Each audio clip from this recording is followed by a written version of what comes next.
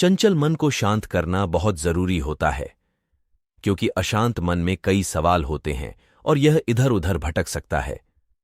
गौतम बुद्ध मन को शांत करने के आयामों के बारे में बताते हैं। हम सभी जानते हैं कि व्यक्ति का मन बहुत चंचल होता है। यही कारण है कि मन अशांत रहता है और कई तरह के सवालों का जन्म भी अशांत मन के कारण ही होता है। यदि आप जीवन में शांति चाहते हैं तो इसके लिए जरूरी है मन को शांत करना। लेकिन मन को शांत कैसे किया जाए? गौतम बुद्ध से जुड़ी इस कहानी के माध्यम से आप जान सकते हैं कि मन को शांत करने का क्या तरीका है। इसमें भगवान गौतम बुद्ध द्वारा मन को शांत करने के आयामों के बारे में बताया गया है। जानते हैं इस कहानी के बारे में, जिससे आपका जीवन बदल जाएगा। मन को शांत करने की कहानी। एक बार एक लड़का गौतम बुद्ध के पास जाकर कहता है, मेरे जीवन में बहुत अशांति है, कृपा करके आप मेरा मार्गदर्शन कीजिए जिससे कि मैं इस अशांति से छुटकारा पा सकूं। गौतम बुद्ध लड़के से जीवन की अशांति का कारण पूछते हैं।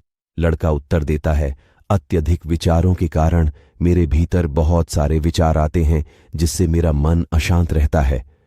बुद्ध मुस्कुराते हुए कहते हैं, ऊपर आकाश की ओर देखो और बताओ कि तुम्हें सूर्य दिख रहा है।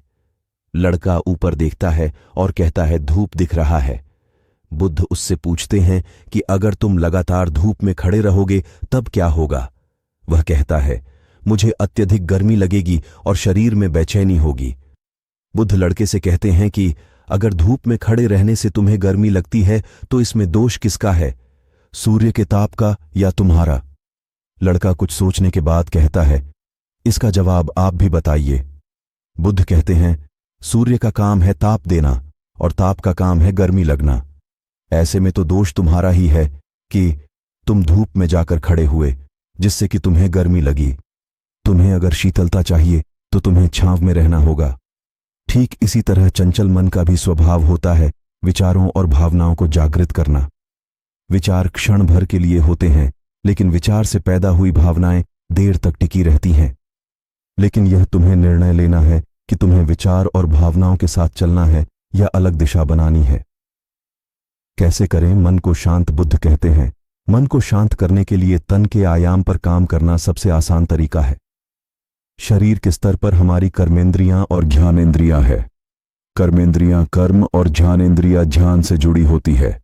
इससे हम अपनी संवेदनशीलता को बढ़ा सकते हैं, यानी हम जो भी काम करें उसे आनंद के साथ करें। मन के आयाम से हटकर तन के आयाम पर जाने से ही तुम्हारा चित्त शांत होगा। ऐसा करने से तुम मन के आयाम से हटकर शरीर के आयाम पर आ जाओगे, ठीक उसी तरह जैसे तुम धूप से हटकर छांव में आ सकते थे। मन के आयाम से हटने पर तुम्हारी जागरूकता तन पर आ जाएगी।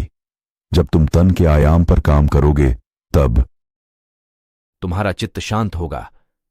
इसलिए हर काम को तन के आयाम पर करने से मन स्वतः शांत हो जाता है। अपने मन के विचार और भावना को नहीं, बल्कि सुर को सुनो। लड़का बुद्ध से कहता है, अपने भीतर के सुर को कैसे सुने? बुद्ध कहते हैं, किसी शांत स्थान पर रहकर जहां शांति हो, तब अपनी आंखें बंद करो और मन के भीतर चल रहे शोर से हटकर भीतर के सुर को सुनने की कोशिश करो। सुर निरंतर चलता रहता है, लेकिन बाहर के शोर के कारण तुम अपने मन के भीतर चल रहे सुर को नहीं सुन पाते हो। जब तुम अपने दोनों कानों को अपने हाथों से बंद कर दोगे, तभी मन के सुर को सुन पाओगे।